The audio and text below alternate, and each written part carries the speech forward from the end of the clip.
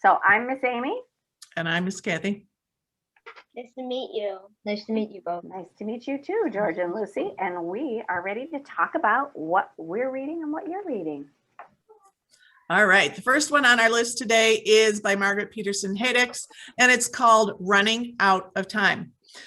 Jessie lives in a small village in 1840 Indiana, or so she thinks. When children in her village, including her little sister, start to get sick with diphtheria, Jessie's mother reveals that the year is actually 1996.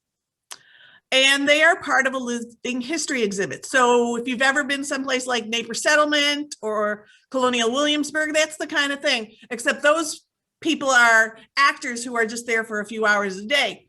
Jessie lives there 24/7, and she has been brought up to think that it's actually 1840. She doesn't know any different. So while Jessie's still trying to wrap her head around the idea that it's not 1840 and it's, 100 years in the future, her mother says that she needs Jessie to leave the village and go get help for her sister and the other kids who are sick. But it's not going to be easy for Jessie because she knows nothing about life in 1996. She's never seen an electric light. She's never seen a car. She's never seen a telephone, doesn't know how they work.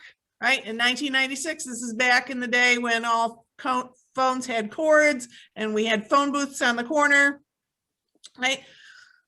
She doesn't know how she's going to maneuver, get around, or survive in this strange new future world. But yeah, Jessie trusts her mom, and so she takes off her dress and she puts on jeans and a t-shirt that her mom had stashed away somewhere. And she's ready to leave the village and go find help. But there are people who don't want Jessie to get help for the kids who are sick, and they're going to try to stop her. So if you want to find out if Jessie succeeds, you need to read Running Out of Time. I know, right? It's very fast-paced, good page turner. And we're going to go back another 50 or so years for the setting of An American Plague. This is a true story, an award-winning story about the yellow fever epidemic of Philadelphia in 1793. And kind of like the COVID thing that we have going on now, it was a disease that kind of came out of nowhere. People didn't know where it came from or how it spread. And this is the story of the yellow fever epidemic and how they kept it under control and figured out where it was coming from. And one of the things I forgot to mention, guys, at the beginning is the parts in the blue. So if you like to listen on audio or you wonder how you can find these books, these are the different ways that we have them in the library. You can get it in print or in a CD or play away, and the littler ones are for the nonfiction. So just to let you know. Yeah. All right. All right, so I'm going to talk to you first about the remarkable journey of Coyote Sunrise. This is actually on the new caudal list for 2022, and it's written by Dan Gemeinhart. 12-year-old Coyote and her dad Rodeo have been on the road in their school bus turned home, which they've named Jaeger, for the last 5 years. They crisscross the country going where the mood or a really good sandwich leads them. They entertain one another by telling once upon a time stories, but they never ever tell stories about where they came from. Their only real connection to their past is a weekly phone call to Coyote's grandmother. But a change is coming, and it begins with a kitten that Coyote names after one of her other favorite books, The One and Only Ivan. Did either of you read that one? One and Only Ivan? I read that. Yeah, that's another good one. There are a couple other good books she mentions in her book. Ivan the kitten is the first new passenger to board Jaeger in a while. Coyote is feeling lonely, so she sneaks Ivan on board, and then Ivan works his way into Rodeo's heart. Coyote thinks that this life they lead on the road is the way it will always have to be. But one Saturday, her grandmother gives her some news, and Coyote realizes that she has a mission and a new destination. She has to get back home to Poplar Springs, Washington. And she has to get there before a buried treasure and all of its memories and all of its promises are lost to her forever. But the trick is she can't let her dad, she can't let Rodeo know that they're heading there, because going home is a no-go for Rodeo. And then I just have this paired with another book called The Amazing Collection of Joey Cornell. This is actually a biography about an artist. Joey Cornell was a young boy with a vivid imagination who saw something special in all sorts of found objects. So he would just be walking through his neighborhood or through his yard and find something that interested him, and he'd pick it up and take it home. He was also a storyteller, and he would entertain all of his sisters with once upon a time stories. But when his father dies unexpectedly, Joey decided to try and make his family feel better and soothe their pain by gathering all of his collection of interesting things together and displaying them into imaginative works of art. So like Coyote, who needs to make her way back to her box of memories, Joey created all these boxes of memories. And some of them you can actually see in the Art Institute in Chicago, because he was an artist who has things all over the world. And some of them are right here in Chicago. Cool. Flying Over Water is an interesting story because it was written by two authors who worked together. Shannon Hitchcock wrote the chapters of the story that are about Jordan, a young girl competitive swimmer who lives in Florida. And N.H. Senzai wrote the chapters that are about Nora, a Syrian refugee who is just arriving into the United States in Florida on the day that the president's Muslim travel ban is going into effect, and there are protesters at the airport. And so in alternating chapters, one chapter is about Jordan, the other chapter is about Nora.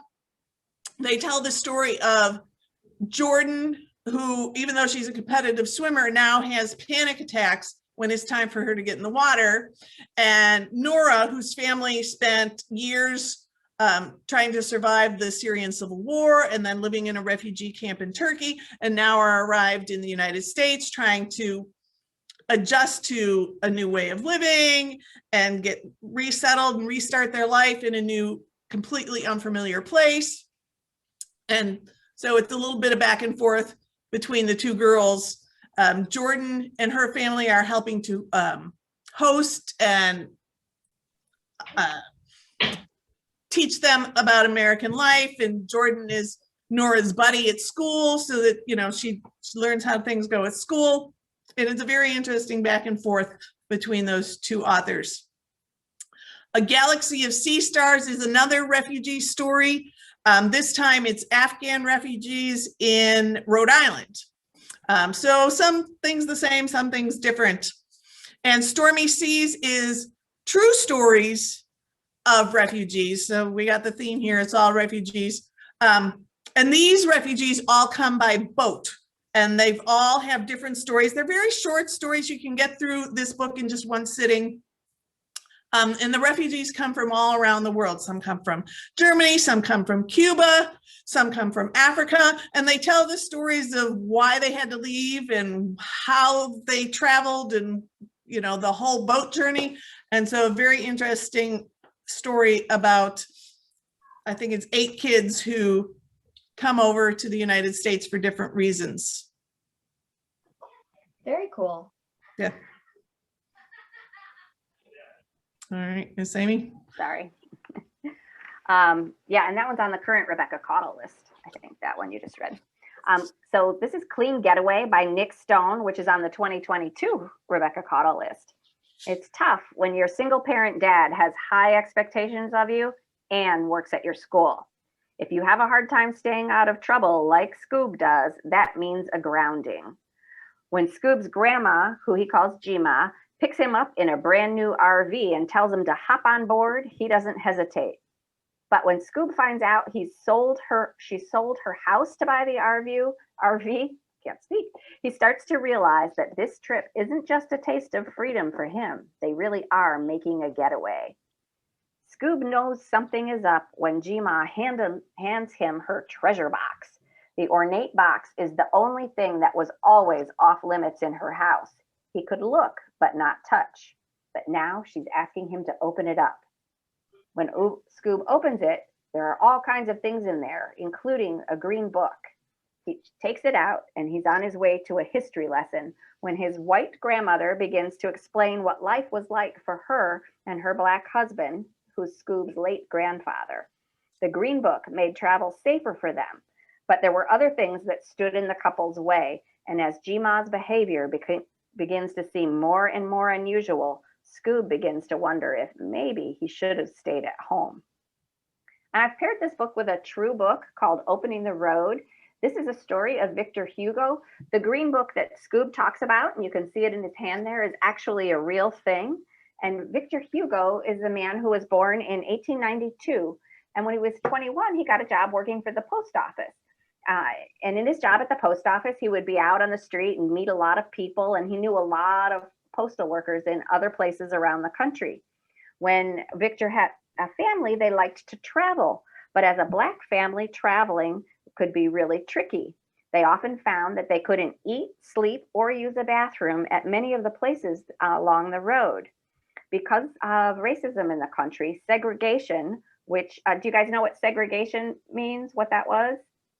So No. Segregation just meant that people could decide, no, you can't stay in this hotel, or you're not allowed to stop at this gas station or eat in this restaurant because of the color of your skin. And it also happened in schools. There would be separate schools for Black children and separate schools for white children.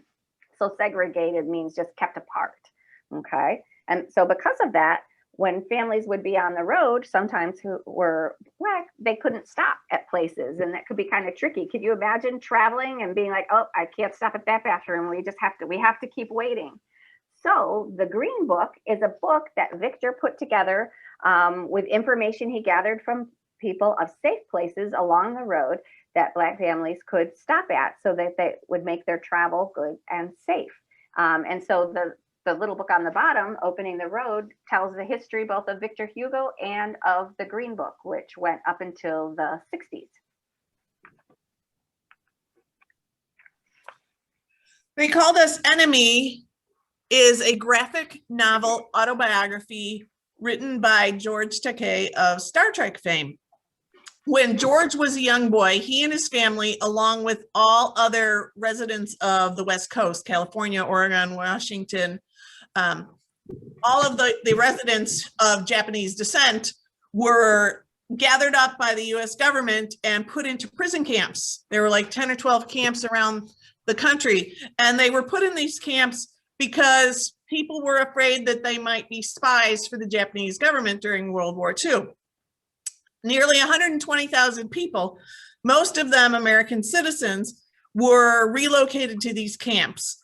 And this was done with no proof, without even a hint of proof, with no trials, no nothing. They were just all gathered up with a few days' notice. They had to sell their belongings. All they could bring with was what they could carry. And it was done because they looked different.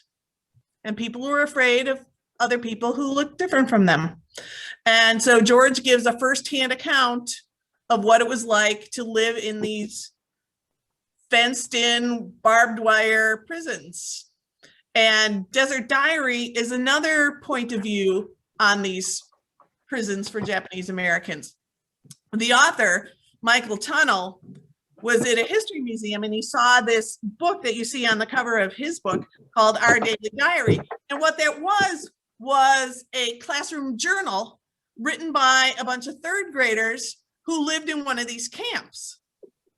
And he got really curious about it, about the things that happened that the kids wrote down about, and what happened to these kids and where were they now. And so he started investigating. He would write letters and make phone calls, and he tracked down a bunch of these kids who were now grown up, and he talked to them about their life in these camps and the different episodes that they write about in their daily diary. And that's what becomes the story of Desert Diary. I want to read that one. So George and Lucy, do you have any stories or books that you brought today to share with us? We'd love to see what you're reading and what you're excited about. I brought Warriors, and Luce, what did you bring? I brought Primer and The Wizard of Oz. Wait, can you hold it up to the screen real close so we can see? So that one's The Wizard of Oz. Yes. Okay. Classic. Oh, and Primer. Oh, I read that one. Did you like that? Yeah, I love this one. Yeah. That's a graphic Is it a novel, graphic right? novel? What did you love about Yeah, it is a graphic novel. it? You know, I read that one on Hoopla, I think. Have you ever read a book on Hoopla before? Online on Hoopla? Yeah. Because I think Yeah, when we have. yeah. So what did you like about Primer? See, I liked that it wasn't. It was a superhero book, and it wasn't. I don't really know. I don't know how to explain. yeah, I thought it was But I can tell you about Wizard of Oz though. Go ahead. In the movie, I watched the movie a million times, but I haven't watched it. But it's a lot more different than the movie, which I really liked. I kind of at the end. Well, like at the end, they had the little china glass figures, and they were kind of small that they went across after they defeated the witch. And I thought that was pretty cool that they put that in the book, and it was just it was really fun to read it. I finished in like maybe a week. Wow. I couldn't stop reading it. It was really hard to stop. That's when you know it's a really good book, right? You just can't stop. Yeah. You just want to keep on reading. How about you, George? What have you read? I just finished reading Warriors, but my favorite Warriors was actually this one, Warriors Into the Wild. Oh, is that the first one? Yeah, this is the first one. Yeah, I thought And so. it was very exciting, and I liked it because of the suspense and what's gonna happen next, and the fighting, and how it was about cats, and all the things they made up. Like they thought they believed in Star Clan, their ancestors, the cats that had died before them. And I just really enjoyed it because it was adventure and with cats. A good adventure. Yeah. Those warrior books have been very popular. And I think it's nice that there are so many, because then you can just keep on staying with some of the characters. Yeah. Well, the first series is all about Fire Paw, and then he levels up, and then he levels up again. And it's like first you're an apprentice, and you're mentored, and then you become a full-grown warrior, and you earn your warrior name. Those, I think my son would have really liked those. We read the Redwall books. Did you ever read any of those? Redwall? No. Yeah. And there were kind of remind me a little bit of that. So that might be a companion one when you're all done with the Warriors. You might want to try Redwall. Okay, so we're ready to go on, unless you have something else that you wanted to say or wanted to comment on one of the other books, or we can go on if you're ready. You can go on. Ready? Okay. So the next two books that I'm going to talk about, the first one is the Parker Inheritance, which is kind of a mystery. And this one, I think it was one of the Cottle book now. When 12-year-old Candace Miller and her mother moved to Lambert, South Carolina for the summer, Candace is just hoping that the horrible summer will go quickly. She's not excited about having to move away from her friends and not get to go to the pool. And her mom and dad are divorced, but she spends a lot of time at her dad's house too, and she won't see him that much this summer. But she meets a fellow bookworm in the neighborhood, and they discover a secret letter in a book in the attic of the house, which is her grandmother's house that Candace is staying at. And she's thinking that maybe, just maybe, this will make things a little bit more interesting. On the envelope, in her grandmother's handwriting, are the words, "Find the path, solve the puzzle." Could this be a clue to the treasure her grandmother has spoken about? Her mother doesn't believe in the treasure. But when Candace shares the letter with her bookworm friend Brandon, he thinks they should try to unravel the mystery. As they follow the path, they'll learn about the dark history of the town, how the White Allen brothers ran the Washington family, who was Black, out of town.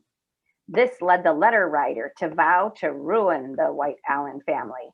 Now, the letter may be the key to a treasure worth $40 million. They just have to solve the puzzle. You have to read the book to find out whether they do. And then next to it is I have a book called 28 Days, Moments in Black History That Changed the World by Charles Smith.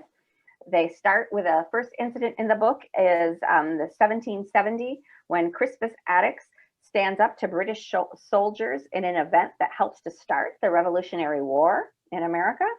And then throughout the book, we visit key events, and then we also learn about Black women and men through history.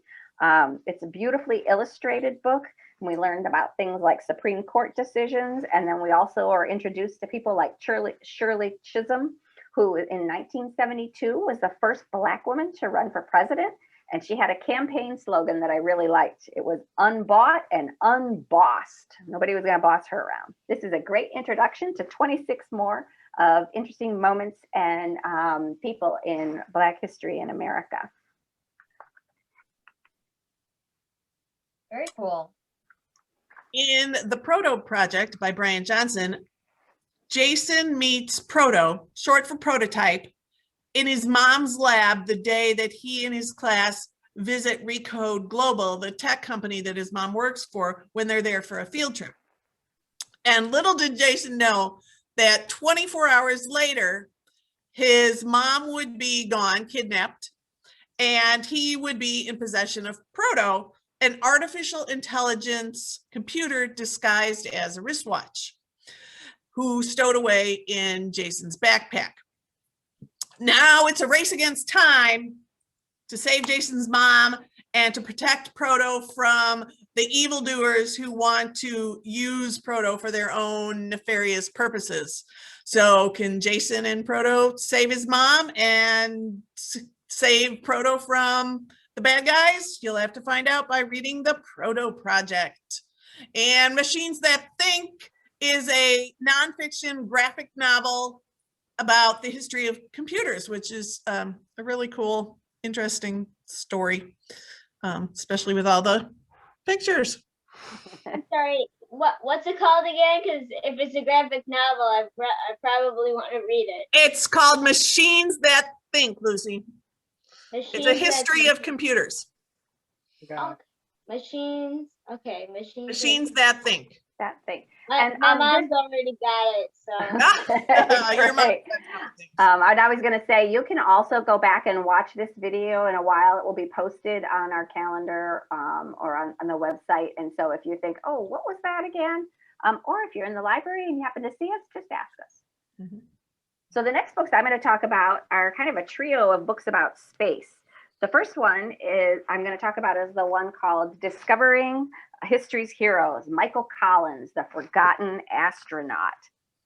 So Apollo 11 made history when 2 of its 3 astronauts took the first walk on the moon. But what about the guy who stayed on board and made sure they all got back to Earth? That was Michael Collins. Michael Collins didn't grow up wanting to be an astronaut because that job only existed in science fiction books. There were no astronauts yet, but he wanted to fly. So he joined the Air Force. And this biography is not only about Michael Collins, the person and his journey to being an astronaut, but it tells you a lot about the early days of space travel, how the astronauts had to train, the kind of tests they had to pass. And some of those tests sound kind of like an episode of Survivor. Like you had to be able to eat weird things in case they crash landed in the middle of a desert or a forest. So if you're interested in space and what it might have been like in the early days, you might want to try to read this book. And one of the things Michael Collins said was while there wasn't anybody on Mars yet, he thought that someday we would get there. And this next book I'm going to talk about, The Lion of Mars by Jennifer Holm, is a book that imagines what that might be like if we are there. Life on Mars is all that Belle has ever known. As the youngest child on the American settlement on Mars, life is pretty good, even with his regular chores. But you need to be sure and follow certain rules, like no contacting any of the other settlements from other countries. After one of the supply ships makes a delivery to the settlement Belle lives on, one of the adults comes down with a bad cough. And then one morning, none of the adults show up to breakfast. Daily life on the settlement is now being run by the children, who are for some reason not affected by the virus that has made the adults ill. But time is running out as the medicine supply runs low. Belle and the others are determined to save the day and help the adults. But will they find that help on Mars? What other dangers are out there? Are there aliens? Is the dust dangerous? What about those other settlers? They'll have to risk it all to save the American settlement. But will they also find something wonderful along the way? I have to read that and find out. And then Lucy, that one on the bottom, Cleopatra in Space, Target Practice, is another graphic novel. Cleopatra, is sick of her duties and is looking for a way to get out of them. The thought of taking on her royal duties, after all, someday she could be Queen Cleopatra, but having to take those on her 15th birthday, that does not interest her any more than her algebra does. So when she coaxes her friend to skip school, they head into the desert to practice their aim with their slingshots. But the discovery of a cave leads Cleo into the distant future where they've been waiting for her. In the future world, she is the hero they need. But the bad news is she still has to go to school. While Cleo doesn't love school, she excels at combat training. And so she's sent on a dangerous solo mission. Do you think she'll turn out to be the hero they needed? You'll have to read it and find out. And I think there are 6 books in that series, if you like it. So Cleopatra. Yeah. So Cleo is Cleopatra, and the book is called Cleopatra in Space. And the number 1 is Target Practice. Mike, my hair. Awesome. All right, and the last ones on our list start with Beyond Me by Annie Downworth Chikamatsu. Last week, Thursday, March 11th, was the 10th anniversary of the Fukushima earthquake and tsunami, which was the strongest earthquake ever measured in Japan. And it was felt miles and miles away. People down in Tokyo, which was like a 4 or 5 hour drive by car, could feel this earthquake. That's how strong it was. And the author is a resident of Tokyo. She lives right on the edge of Tokyo, and she went through the earthquake. And she writes this story about a girl named Maya who, like her, lives near Tokyo and wasn't part of the whole earthquake and tsunami directly, but was still felt it and still was impacted by it, and it still affected her. And what's cool about the story is the way the author, it's written in verse, right? So it's a really, really quick read. But the author uses the fonts. I don't know if you can see it very well. It's red. It doesn't show up. She uses the fonts, a really squiggly, jiggly font to indicate that there's an earthquake happening. And all those red lines are the earthquake. And then you turn the page, and every time there's an aftershock, you see red numbers. That's the time of every single aftershock. And they go on for pages and pages. There were hundreds and hundreds of aftershocks. So you would think that it's one and done, it's an earthquake, but no, it keeps going on and on for days and days and days. Here you can, which way am I going? Right, you can see all those numbers on the side. Those are more earthquakes, right? Oh, Yeah. well, there's actually a few books about earthquakes on I Survived. Yeah, Yeah. there is actually an I Survived for this particular earthquake even. Oh, the tsunami. Yeah. My favorite, I think. My sorry. That's My okay, go ahead. favorite. My favorite survived book, I think, is the one with the volcano. I forgot what it's called. I just read it last night. Mount St. Helens. Oh, yeah, in Washington. Yeah. And then the last book is nonfiction. It tells the story of the earthquake and the tsunami and the nuclear meltdown from a scientific point of view. How did all these 3 things come together to create this massive disaster. And so it's short, it's about 6 chapters, and it walks step by step through all the different pieces and how they all came together to create this terrible disaster. So if you like science, that would be a good one to check out. Yeah, and earthquakes. Yep, and earthquakes. And I think the last books we have for you today, this one on the left is called Santiago's Road Home. Santiago is by Alexandra Diaz. Santiago's a young boy, 12 years old, and he's been living with his aunt and helping care for his cousins.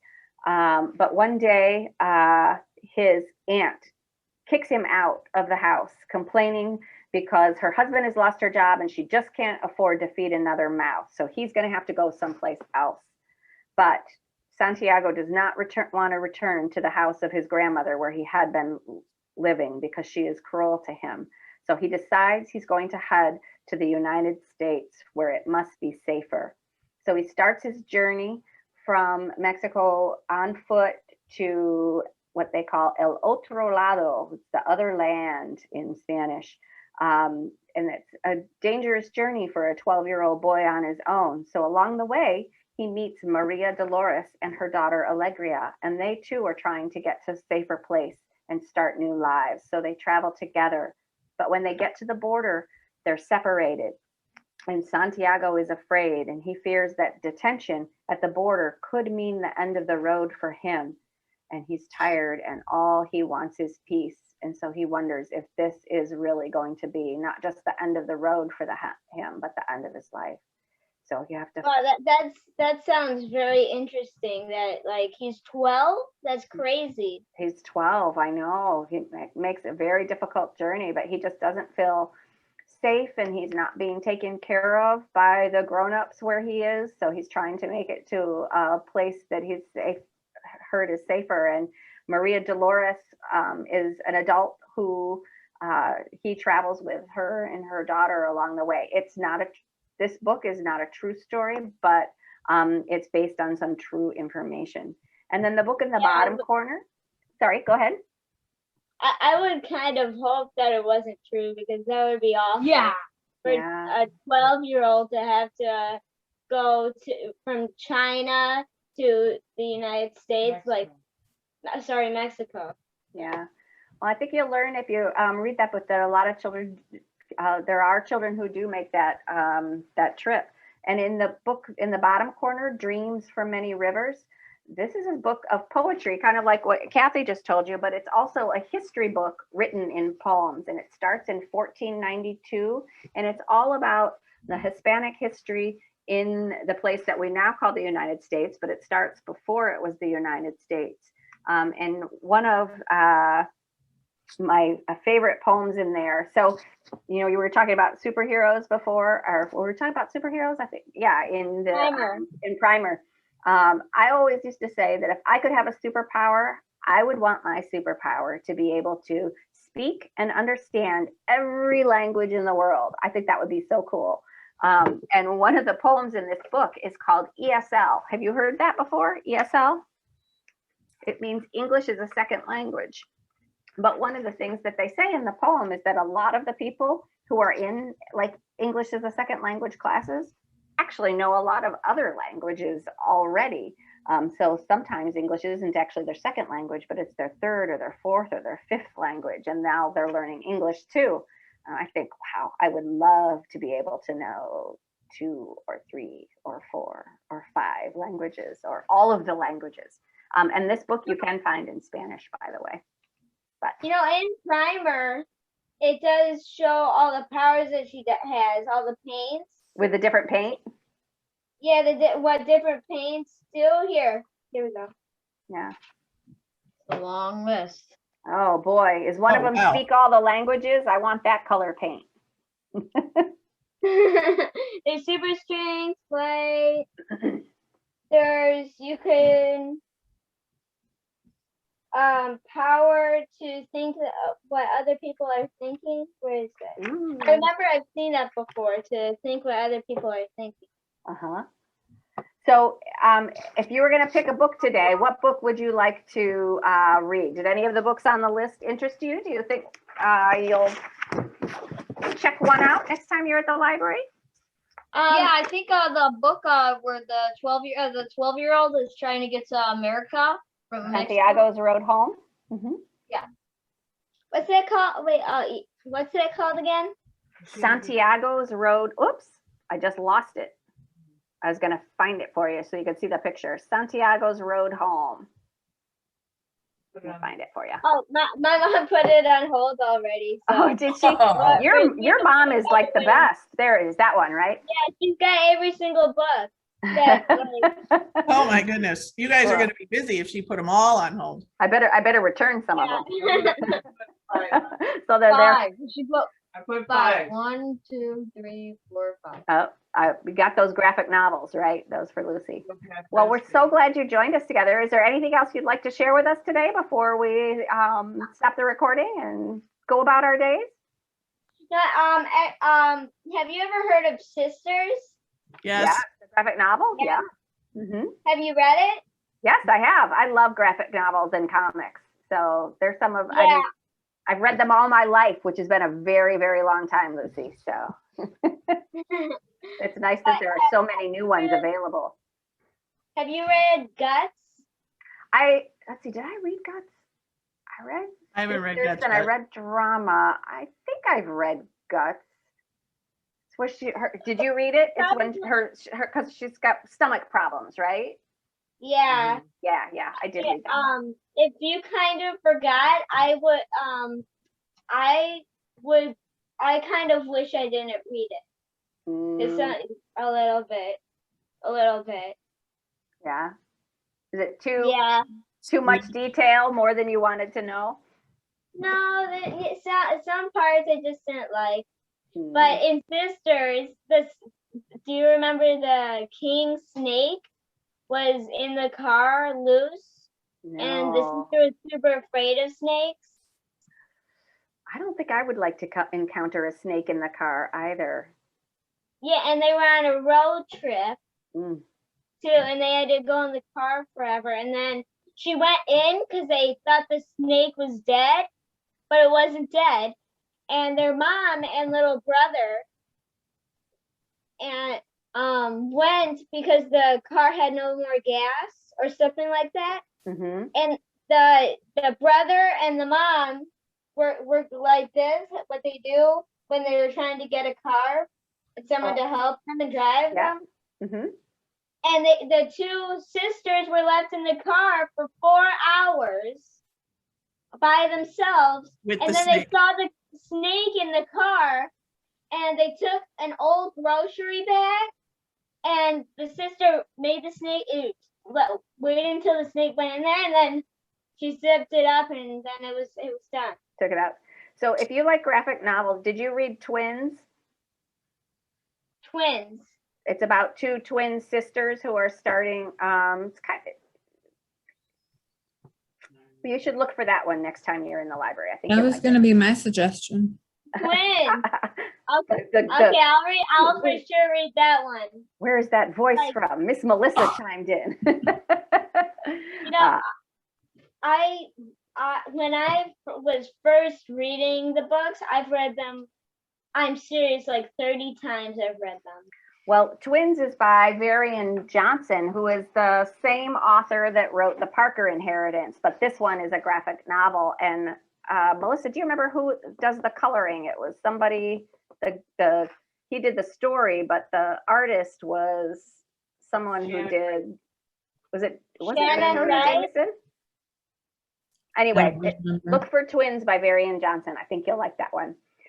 I will for sure. Okay. Well, we're so glad you guys joined us today, and I think it is time for us to stop the recording, and we can go ahead. Let's see, can I stop that?